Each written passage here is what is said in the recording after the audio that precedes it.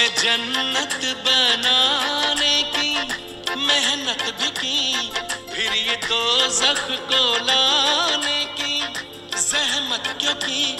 तूने जन्नत बनाने की मेहनत भी की, फिर ये दोज़ख को लाने की ज़हमत क्यों की।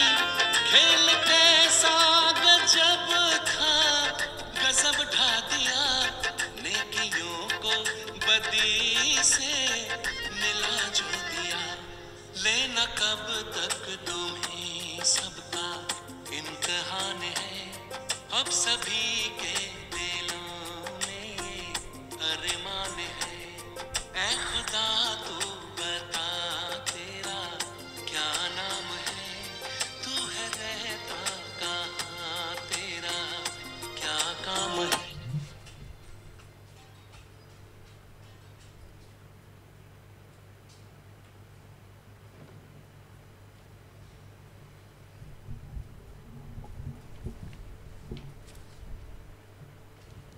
ऐसे चेहरा काला काला लगता है, चेहरा काला काला लगता है।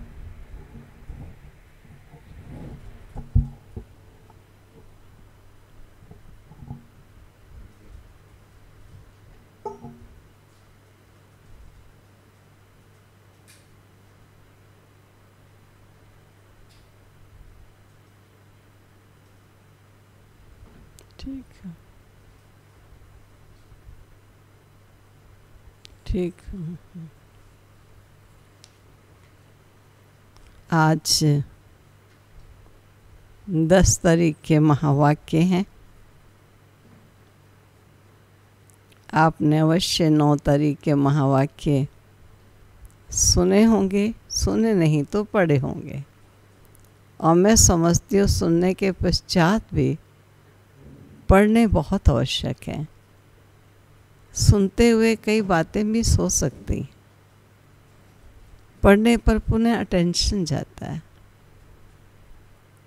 कल अदिति बहन जिनको कोर्स कराती हैं, मैं उनकी क्लास ले रही थी, तो एक ने प्रश्न पूछा कि आंखें खोलकर योग लगाना चाहिए या आंखें बंद करके, क्योंकि खोलने पर मन सब चीज़ें दिखाई देती हैं, उधर जाता है।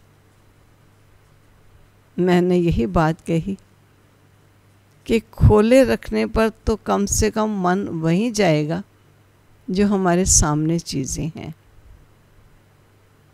फिर भी उनसे हटाकर हम जिस लक्ष्य के लिए बैठे हैं उसमें हम मन लगाने की पूरी कोशिश करेंगे। लेकिन अगर हम आंखें बंद कर लेते हैं तो मन की उड़ान तो इतनी तेज है कि वो बीता समय, आने वाले समय, चल रही घटनाएं, इन सब बातों को बिना मतलब वो सोचता और देखता रहेगा। क्योंकि एक काम करते हुए मन उस एक में एकाग्र नहीं हो पाता, मन बहुत सी बातों में भागता है। तो आंखें बंद होने पर इसका दायरा बेहद हो जाता है। उसको सर्वप्रथम बेहद से हद में लाने के लिए आंखें खोल कर बैठो, और फिर हद से उस सर्वशक्तिवान तक एकाग्र करने के लिए आप पुरुषार्थ में सफल हो पाएंगे। और ये पुरुषार्थ हमारा संबंध और स्नेह के आधार पर है। जहाँ स्नेह होता है, संबंध होता है, और स्नेह और संबंध में जो प्राप्तियों को प्राप्त करने का वो वक्त शुरू आता है, तो उस समय हमारा उसी पर ध्यान केंद्रित हो जाता है। तो जब हम योग में बैठते हैं तो अवश्य ये समझें, ये वो समय है जब मुझे सर्वशक्तिवान प्यारे बाबा से सर्वशक्तियों का खजाना प्राप्त हो रहा है, और मैं दाता के एकमात्र प्राप्तियों में मग्न, उन्हीं प्राप्तियों के झूले में झूल रही। तब वो अन्य स्थल जहाँ बुद्धि जाती है, जहाँ से कुछ मिल नहीं रहा, केवल बिना मतलब बुद्धि जाती है, वहाँ पर बुद्धि जाना बंद हो जाएगी। ये अभ्यास है। जहाँ किसी की लगन होती है, जब वो लगन है तो 50 लोग बैठे हों, लेकिन जिससे उसका संबंध है और जिसके प्रति वो उस महफिल में आया है, वो सारी महफिल में उसको देख लेता है। कोई पूछता है फलाना भी महफिल में आया था क्या, फलां भी महफिल में आया था? कहा मैंने देखा नहीं, मैंने ध्यान नहीं दिया। क्यों? उसका ध्यान उसमें था जिसको मिलने के लिए वो इस महफिल में आया। तो हम भी जब बैठते हैं तो चाहे सामने कुर्सी है, मेज है, इंसान है, दीवार है, पंखा है, सोफ़ा है, कुछ भी है, लेकिन मैं इनके लिए नहीं बैठी। मैं तो अपने उस प्यारे बाबा के, उस सर्वशक्तिवान जिसकी मैं दीवानी हूँ, मैं तो उसकी याद के लिए बैठी हूँ। मुझे वो अपनी सर्वशक्तियों से भरपूर करने आया है। मैं तो उस दाता को देखते हुए उनके सन्मुखता का अनुभव कर रही। ऐसा प्यार भरा याद का जब स्वरूप होगा तो सामने होते हुए भी बहुत चीज़ें उनमें अटेंशन नहीं जाएगा। आंखें बंद करने पर ना जाने कहाँ कहाँ घूम आएंगे। अभी चलते हैं महावाक्यों की तरफ। 10 तारीख के महावाक्य हैं आज, और सार है महावाक्यों का। मीठे बच्चे, अपने स्वधर्म को भूलना ही सबसे बड़ी भूल है। अभी तुम्हें अभूल बनना है। अपने घर और राज्य को याद करना है। अपने घर और राज्य को याद करना है। प्रश्न: आप बच्चों की कौन सी अवस्था ही समय के समीपता की निशानी है? उत्तर है, आप बच्चे जब याद की यात्रा में सदा मस्त रहेंगे, बुद्धि का भटकना बंद हो जाएगा, वाणी में याद का जौहर आ जाएगा, अपार खुशी में रहेंगे, घड़ी घड़ी अपनी सच्चों की दुनिया के नज़ारे सामने आते रहेंगे, तब समझो समय समीप है। विनाश में टाइम नहीं लगता, इसके लिए याद का चार्ट बढ़ाना है। रिकॉर्ड है, तुम्हें पाके हमने जहाँ पा लिया है, जमी तो जमी आसमां पा लिया है। ओम शांति। रूहानी बच्चे इस गीत का अर्थ तो समझते होंगे। अब बेहद के बाप को तो पा लिया है, बेहद के बाप से स्वर्ग का वर्षा मिलता है, जिस वर्षे को कोई भी छीन नहीं सकता। वर्षे का नशा तब चला जाता है जब रावण राज्य शुरू होता है।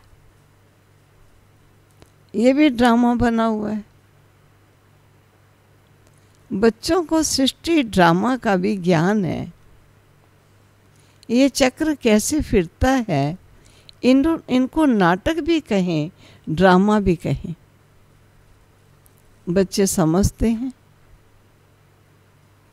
बरोबर बाप आकर सृष्टि का चक्र भी समझाते हैं। जो ब्राह्मण कुल के हैं उनको ही समझाते हैं। बच्चे, तुम अपने जन्मों को नहीं जानते हो, मैं तुमको समझाता हूँ। पहले तुम सुनते थे 84 लाख जन्म लेने वाले फिर एक जन्म मनुष्य का मिलता है। ऐसे नहीं है। अभी तुम सब आत्माएं नंबरवार आती जाती हो। बुद्धि में आया है पहले पहले हम आदि सनातन देवी देवता धर्म के पूज्य थे, फिर हम ही पुजारी बने हैं। आपे पूज्य आपे पुजारी, ये भी गायन है। मनुष्य फिर भगवान के लिए समझते हैं कि आपे पूज्य आपे पुजारी बनते। आपके ये सब रूप हैं, अनेक मत मतांतर है ना। तुम अभी श्रीमत पर चलते हो, तुम समझते हो। हम स्टूडेंट्स पहले कुछ नहीं जानते थे, फिर पढ़कर ऊंच इम्तिहान पास करते जाते हैं। वे स्टूडेंट हैं, शुरू में तो कुछ भी नहीं जानते, फिर इम्तिहान पास करते करते समझते हैं कि अभी हमने बैरिस्ट्री पास कर ली। तुम भी अब जानते हो। हम पढ़कर मनुष्य से देवता बन रहे हैं, सो भी विश्व के मालिक। वहाँ तो है ही एक धर्म, एक राज्य। तुम्हारा राज्य कोई छीन नहीं सकेगा। वहाँ तुमको पवित्रता, शांति, सुख, संपत्ति सब कुछ है। गीत में भी सुना ना। अब ये गीत तुमने तो नहीं बनाए, अनायासी ड्रामा अनुसार इस समय के लिए ये बने हुए हैं। मनुष्यों के बनाए हुए गीतों का अर्थ बाप बैठ समझाते हैं। अभी तुम यहाँ शांति में बैठ बाप से वर्षा ले रहे हो, जो कोई छीन ना सके। आधा कल्प सुख का वर्षा रहता है, बाप समझाते हैं। मीठे मीठे बच्चों, आधा कल्प से भी जास्ती तुम सुख भोगते हो। फिर रावण राज्य शुरू होता है। मंदिर भी ऐसे हैं जहाँ चित्र दिखाते हैं देवताएं वाम मार्ग में कैसे जाते हैं। ड्रेस तो वही है देवताओं वाली, ड्रेस बाद में बदलती है। हर एक राजा की अपनी अपनी ड्रेस, ताज आदि सब अलग अलग होते।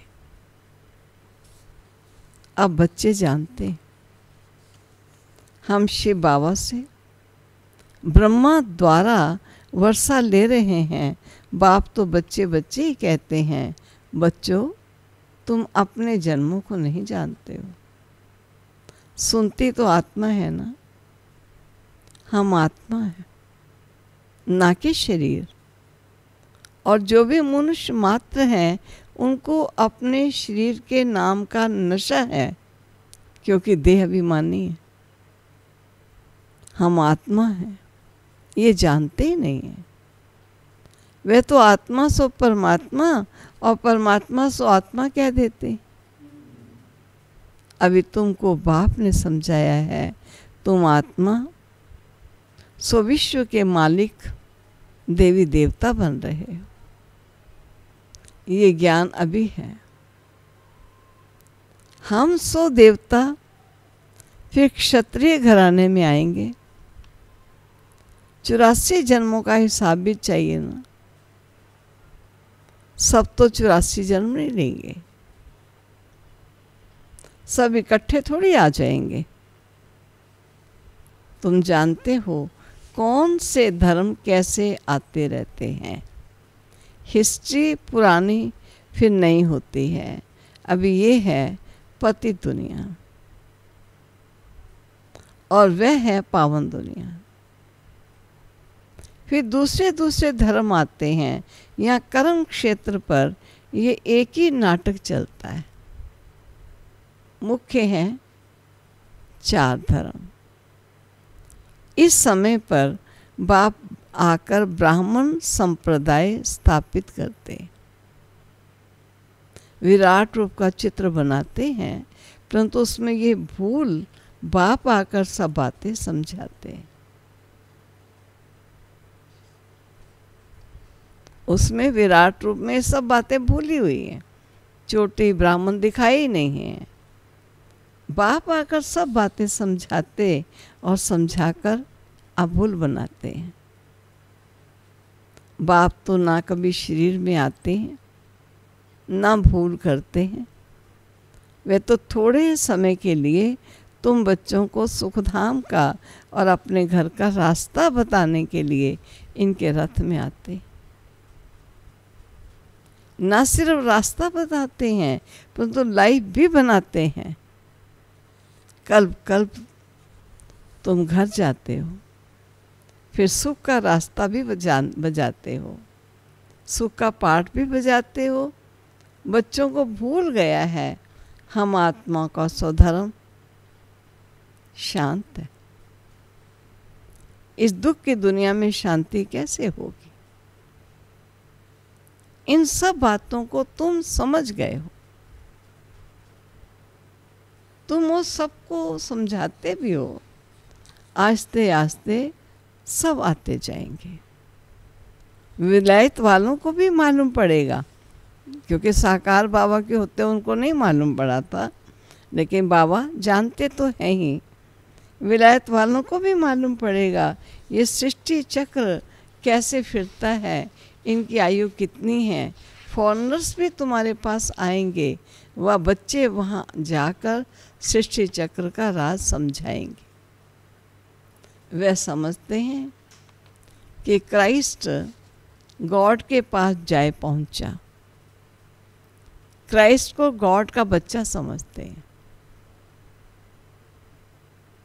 कई फिर ये समझते हैं कि क्राइस्ट भी पुनर्जन्म लेते लेते अभी बैगर है, जैसे तुम भी बैगर हो ना। बैगर अर्थात तमो प्रधान। समझते हैं क्राइस्ट भी यहाँ है, फिर कब आएंगे ये नहीं जानते। तुम समझा सकते हो। तुम्हारा धर्म स्थापक फिर अपने समय पर धर्म स्थापित करने आएगा, उनको गुरु नहीं कह सकते। वे धर्म स्थापन करने आते हैं। सद्गति दाता जिसे गुरु कहा जाएगा वो सिर्फ एक ही है। वे जो भी धर्म स्थापन करने आते हैं वे सब पुनर्जन्म लेते लेते अभी आकर तमो प्रधान बने हैं। अंत में सारा झाड़ जर्जरीभूत अवस्था को पा लिया है। अभी तुम जानते हो सारा झाड़ खड़ा है। बाकी देवी देवता धर्म का फाउंडेशन है नहीं। जो बाबा बड़ का मिसाल देते हैं, देवता थे। बाप बच्चों को बैठ समझाते हैं, तुम बच्चों को बहुत खुशी होनी चाहिए। तुमको मालूम पड़ा है हम सो देवी देवता थे और अब बनते हैं। यहाँ तुम आते हो सत्यनारायण की कथा सुनने, जिससे नर से नारायण बनेंगे। नारायण बनेंगे तो जरूर लक्ष्मी भी होगी। लक्ष्मी नारायण होंगे तो जरूर उनकी राजधानी भी होगी ना। अकेले लक्ष्मी नारायण तो नहीं होंगे। लक्ष्मी बनने की अलग कथा थोड़ी है। नारायण के साथ लक्ष्मी भी बनती है। लक्ष्मी भी कभी नारायण बनती है, नारायण फिर कभी लक्ष्मी बनती है। कोई कोई गीत बहुत अच्छे हैं। माया के गुटके आने पर गीत सुनने से हर्षित पना आ जाएगा। जैसे तैरना सीखना होता है तो पहले गुटके आते हैं, फिर उनको पकड़ लेते हैं। यहाँ भी माया के गुटके बहुत खाते हैं। तैरने वाले तो बहुत होते हैं, उनकी भी रेस होती है, तो तुम्हारी भी रेस होती है। उस पार जाने की मामे कम याद करना है। याद नहीं करते तो गुटखा खाते हैं। बाप कहते हैं याद की यात्रा से ही बेड़ा पार होगा। तुम उस पार चले जाओगे। तैराक कोई बहुत तीखे होते हैं और कोई कम होते हैं, यहाँ भी ऐसे ही है। बाबा के पास चार्ट भेज देते हैं, बाबा जांच करते हैं याद के चार्ट को ये राइट रीति समझते हैं या रॉन्ग समझते हैं। कोई कोई दिखाते हैं हम सारे दिन में 5 घंटा याद में रहा, हम विश्वास नहीं करते, जरूर भूलें हुई हैं। कोई समझते हैं हम जितना समय यहाँ पढ़ते हैं उतना समय तो चार्ट ठीक रहता है, परंतु नहीं। बहुत हैं यहाँ बैठे हुए भी, सुनते हुए भी बुद्धि बाहर में कहाँ कहाँ चली जाती है, पूरा सुनते भी नहीं है। भक्ति मार्ग में ऐसे ऐसे होता है। सन्यासी लोग कथा सुनाते हैं, फिर बीच बीच में पूछते हैं हमने क्या सुनाया। देखते हैं ये तवाई हो बैठा है तो पूछते हैं, तो वे बता नहीं सकते। बुद्धि कहाँ ना कहाँ चली जाती, एक अक्षर भी नहीं सुनते। यहाँ भी ऐसे है, बाबा देखते रहते हैं, समझा जाता है इनकी बुद्धि कहाँ बाहर भटकती रहती है, इधर उधर देखते रहते हैं। ऐसे ऐसे भी कोई कोई नए आते हैं, बाबा समझ जाते हैं, पूरा समझा नहीं है। इसलिए बाबा कहते हैं नए नए को जल्दी यहाँ क्लास में आने की छुट्टी ना दो, नहीं तो वायुमंडल को बिगाड़ते। आगे चल तुम देखेंगे जो अच्छे अच्छे बच्चे होंगे यहाँ बैठे बैठे वैकुंठ में चले जाएंगे, बहुत खुशी होती रहेगी। घड़ी घड़ी चले जाएंगे, अभी टाइम नज़दीक है। नंबरवार पुरुषार्थ अनुसार तुम्हारी अवस्था ऐसी हो जाएगी। घड़ी घड़ी स्वर्ग में अपने महल देखते रहेंगे। जो कुछ बताना करना होगा उनका साक्षात्कार होता रहेगा। समय तो देख रहे हो कैसे कैसे तैयारियां हो रही हैं। बाप कहते देखना कैसे एक सेकंड में सारी दुनिया के मनुष्य खाक में मिल जाएंगे। बम लगाया, ये खलास हुए। तुम बच्चे जानते हो अभी अपनी राजाई स्थापित हो रही है। अभी तो याद की यात्रा में मस्त रहना है। ये जोहर भरना है जो कोई को भी दृष्टि से तीर लग जाए। पिछाड़ी में भीष्म पितामह आदि जैसों को तुमने ही ज्ञान के बाण मारे हैं, जट समझ जाएंगे। ये तो सत्य कहते हैं। ज्ञान का सागर पतित पावन तो निराकार भगवान है, कृष्ण हो न सके। उनका तो जन्म दिखाते हैं, कृष्ण के वही फीचर्स फिर कभी मिल न सके।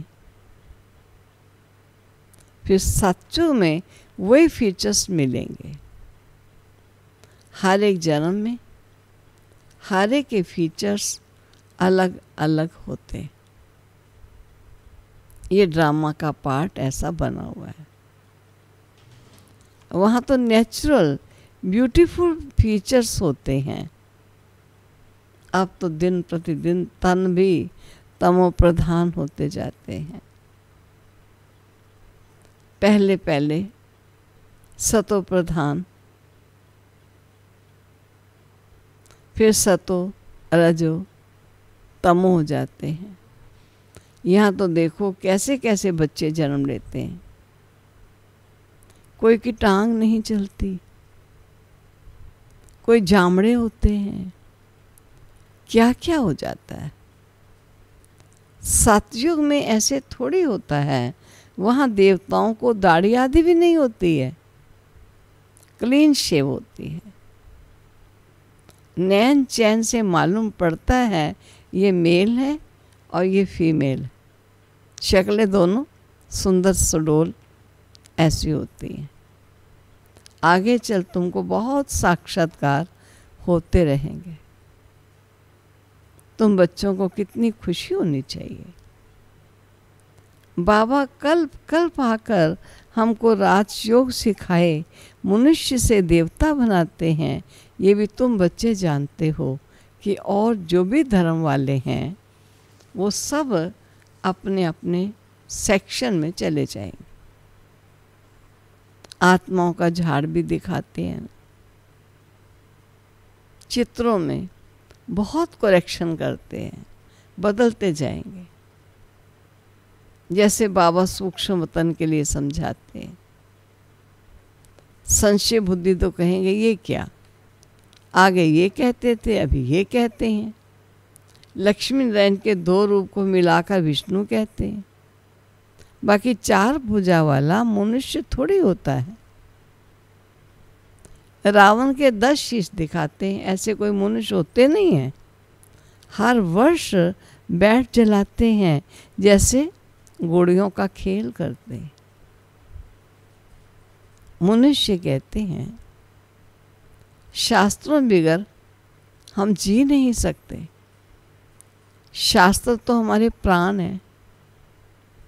गीता का देखो मान कितना है।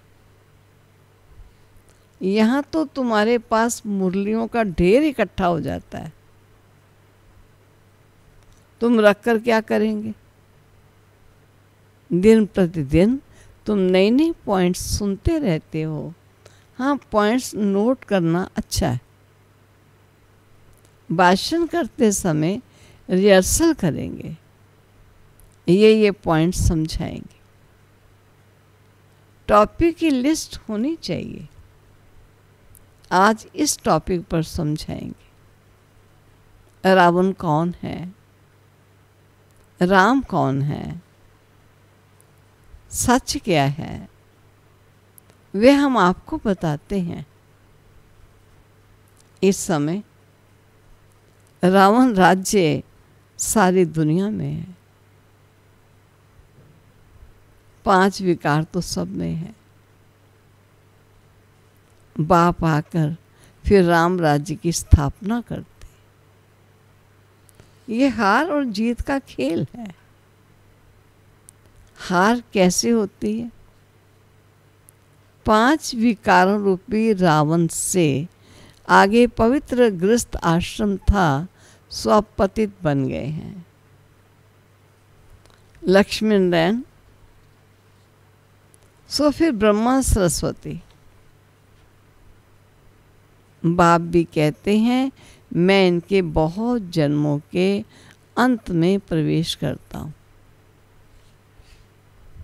तुम कहेंगे हम भी बहुत जन्मों के अंत में बाप से ज्ञान ले रहे हैं। ये सब समझने की बातें हैं। कोई की डल हेड बुद्धि है तो समझते नहीं। ये तो राजधानी स्थापित हो रही है। बहुत आए फिर चले गए, वे फिर आ जाएंगे। प्रजा में पाई पैसे का पद पा लेंगे। वे भी तो चाहिए ना। अच्छा, मीठे मीठे सिकिलदे बच्चों प्रति माता पिता बाप दादा का याद प्यार और गुड मॉर्निंग। रूहानी बाप की रूहानी बच्चों को नमस्ते। रूहानी बच्चों की रूहानी बाप को नमस्ते। धारणा के लिए मुख्य सार।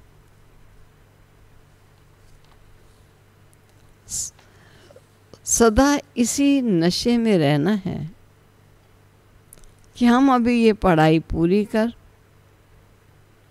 मनुष्य से देवता सो विश्व के मालिक बनेंगे। हमारे राज्य में पवित्रता, सुख, शांति सब कुछ होगा, उसे कोई छीन नहीं सकता। दूसरा, इस पार से उस पार जाने के लिए याद की यात्रा में अच्छा तैराक बनना है। माया के गुटके नहीं खाने हैं, अपनी जांच करनी है। याद के चार्ट को यथार्थ समझकर लिखना है। वरदान। श्रेष्ठ वेला के आधार पर सर्व प्राप्तियों के अधिकार का अनुभव करने वाले पद्मा पदम भाग्यशाली भव। इसका स्पष्टीकरण है, जो श्रेष्ठ वेला में जन्म लेने वाले भाग्यशाली बच्चे हैं, वे कल पहले की टचिंग के आधार पर जन्मते ही अपनेपन का अनुभव करते हैं। वे जन्मते ही सर्व प्रॉपर्टी के अधिकारी होते हैं। जैसे बीज में सारे वृक्ष का सार समाया हुआ है, ऐसे नंबर 1 वेला वाली आत्माएं सर्व स्वरूप की प्राप्ति के खजाने के आते ही अनुभवी बन जाते हैं। वे कभी ऐसे नहीं कहेंगे कि सुख का अनुभव होता शांति का नहीं, शांति का होता सुख का व शक्ति का नहीं। सर्व अनुभवों से संपन्न होते हैं। स्लोगन। अपने प्रसन्नता की छाया से शीतलता का अनुभव कराने के लिए निर्मल और निर्माण बनो। अपनी प्रसन्नता की छाया से शीतलता का अनुभव कराने के लिए निर्मल और निर्माण बनो। ओम शांति। ये थे अति प्यारे मीठे बाबा के सर्वात्मा रूपी शालिग्रामों के लिए महावाक्य, जो केवल मात्र ब्राह्मण बच्चों का ही भाग्य है कि ईश्वर के डायरेक्ट महावाक्य वो सुने और उनके अनुकूल आचरण बनाएं और मनुष्य से देव पद के योग्य बन जाएं। ये है बाबा का मूल आदेश हम सब बच्चों के लिए। चलो प्यारे बाबा को याद करते हैं।